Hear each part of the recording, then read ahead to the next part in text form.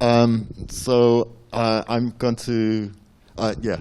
So my question sort of links to pretty much the sort of title of the talk, sort of engaging people in sort of invasive alien species. And I obviously, on one hand, it's very impressive what you mentioned about. Hi, I don't know if you can hear me. We can hear you now. Can you hear us?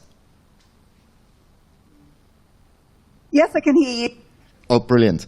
Okay, so it's about engaging the public in invasive alien species, and in so obviously particular the Asian hornet.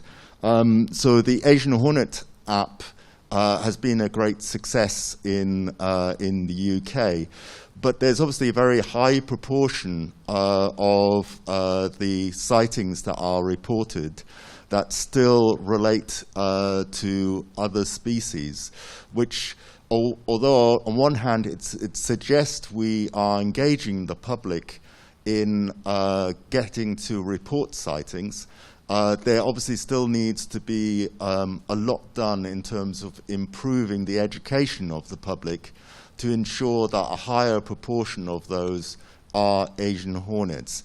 I wonder if you have some ideas of how that could be improved. Yeah, thank you, Pete. That's a really great question. I think one of the issues, which is a good issue to have, is that because there's a very, very low occurrence of Asian hornet in the UK, people just aren't getting the experience of seeing it. And so we've developed sources, as has the National Bee Unit as well, to support people in their identification of Asian hornet and other species. But I think that tends to be that sort of note of caution from people that they'd rather share something and it be wrong than miss the fact that they've actually had a confirmed sighting. So I think that we did notice with the harlequin ladybird, for instance, when we began our surveys back in 2005 online and engaging people, that in the areas where the harlequin ladybird was in low abundance, people were making many, many more errors. And as the frequency increased, so those errors reduced. And of course, there's lots of things within that results in that pattern. But I think all we can do is to keep talking to people, sometimes to have material specifically for specific audience, such as the beekeeping community, for gardeners and others as well. But to keep promoting and raising awareness and providing the best available resources that we can. I think another really great way as well is to get communities to actually start talking about it themselves, because sometimes some of the features that we look for as entomologists might not be the ones that other people are finding so obvious. And so I think it's about working with the communities to ensure that the engagement is as effective as it possibly can be. But, really, with that sort of cautious element in mind, it's good that we're getting lots of suspected sightings, and actually gives us an opportunity to raise awareness about these beautiful insects. We always send out lots of information, and we've now got a fantastic European hornet database as well. Thank you very much, Helen. More questions? Of course.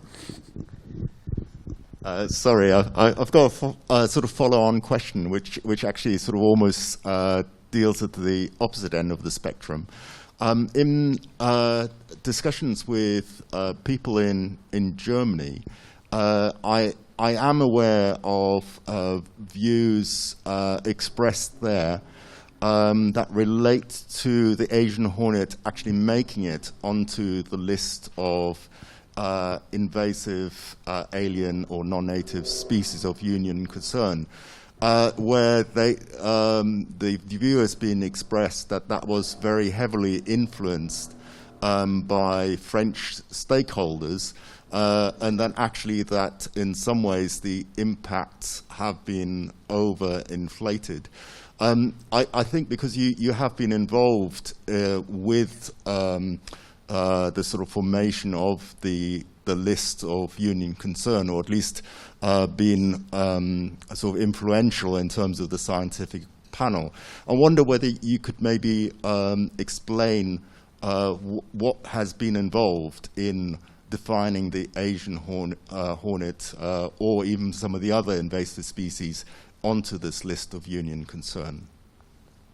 Yeah, no, another really excellent question, and I've been really fortunate to work on European Commission studies with partners from across the EU. First of all, we worked on putting together the minimum standards for the risk assessment process, and so the actual risk assessment process is phenomenally comprehensive. It's a huge document that gathers the best available evidence, and I would definitely say that it's always really hard on the impact side of things with the invasive alien species for that evidence of impact, and I think that we need to get better at actually delivering that empirical evidence of impact for a whole variety of species. And I've been really fascinated to follow the work in Italy and France on the feeding studies and sort of wider ecological impact research, and it's just amazing to see.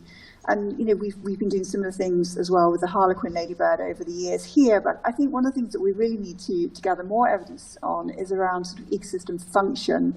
And it was fascinating to hear the first talk this morning and looking at the sort of cascades of interactions and also the diversity of interactions, and thinking about those studies around the sort of leaf litter decomposition even. It's really fascinating to consider those diversity of interactions, but we need to have better evidence.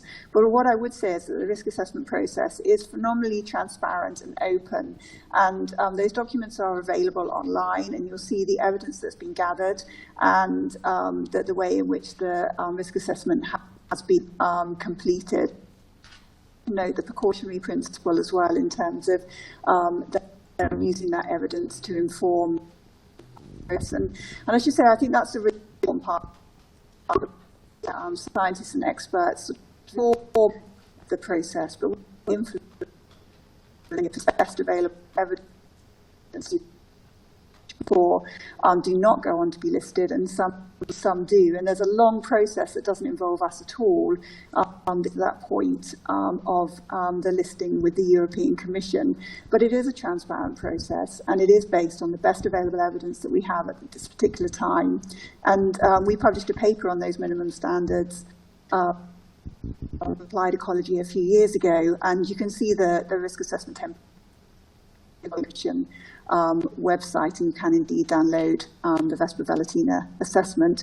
And of course, over time, these risk assessments need updating as more evidence becomes available. And that's why this conference is so fantastic in terms of contributing that information to be able to better inform us as to the impacts of Vespa velutina. I hope that answered your question, Pete. So thank you, Helen. More questions? No? So thank you so much for attending, Helen. Oh, thank you so much. It's been a pleasure to be with you. And I'm only sorry I can't be there in person, but I hope you have a really, really fantastic meeting. And thank you again for the opportunity to be with you all. Thank you again.